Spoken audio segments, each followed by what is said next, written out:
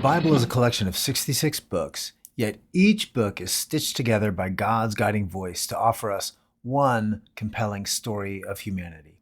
In this video, I'll reveal the 4 acts that make up the biblical narrative and create for us the framework for understanding the Christian worldview.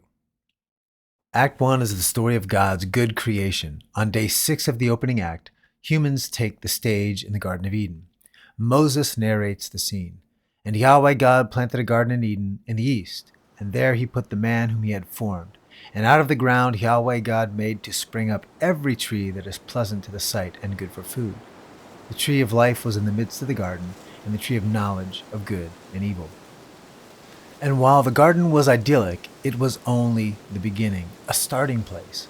The garden was the first temple, a place where Adam and Eve could worship God through their work.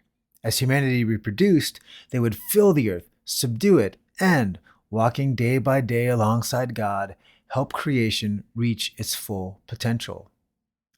But the closing of Act 1 depicts the rebellion of Adam and Eve. Their disobedience defiles the garden temple and opens the stage for Act 2, the fall. The stories of Cain and Abel, Noah's flood, and the Tower of Babel give us just a glimpse into the human capacity for evil and lead us towards the final scene of Act 2, God's covenant with Abraham. Now Yahweh said to Abram, "Go from your country of Ur and your kindred and your father's house among the Chaldeans to the land that I will show you. And I will make of you a great nation, and I will bless you and make your name great, so that you will be a blessing. I will bless those who bless you, and him who dishonors you I will curse. And in you all the families of the earth shall be blessed." This story of blessing transitions the reader into Act 3, the story of redemption. Here we pick up the scene through the Apostle John, who narrates these stirring words. "For God so loved the world that he gave his only Son, that whosoever believes in him should not perish, but have eternal life." Now, 2,000 years after God's promise to Abraham, a new covenant is established through the cross of Christ Jesus. God's plan of redemption is fulfilled, and we enter into the final act.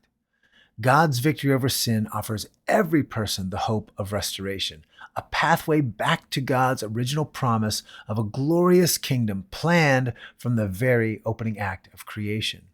But the path is split. Matthew tells us how this future story will unfold.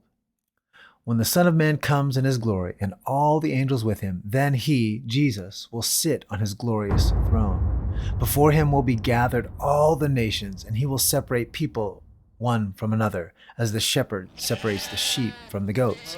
And he will place the sheep on his right, but the goats on the left. It is the sheep, those who put their faith in Jesus Christ, who will inherit God's promised kingdom. And the garden temple planted by God will become a global temple filled with God's holy worshipers. In the closing scene of Act 4, the beauty of the human story is revealed. Here again, John narrates the marvelous scene. "Then I saw a new heaven and a new earth, for the first heaven and the first earth had passed away, and the sea was no more. And I saw a holy city, New Jerusalem, coming down out of the heaven from God, prepared as a bride adorned for her husband. And I heard a loud voice from the throne saying, 'Behold, the dwelling place of God is with man. He will dwell with them, and they will be his people, and God himself will be their God. He will wipe away every tear from their eyes, and death shall be no more. Neither shall there be mourning, nor crying, nor pain any more, for the former things have passed away.'" As you watch the biblical story of humanity play out through the 4 acts of creation, fall, redemption, and restoration, ask yourself, which of these 4 acts makes me rethink my knowledge about the Bible? Which of these 4 acts makes me rethink my worldview?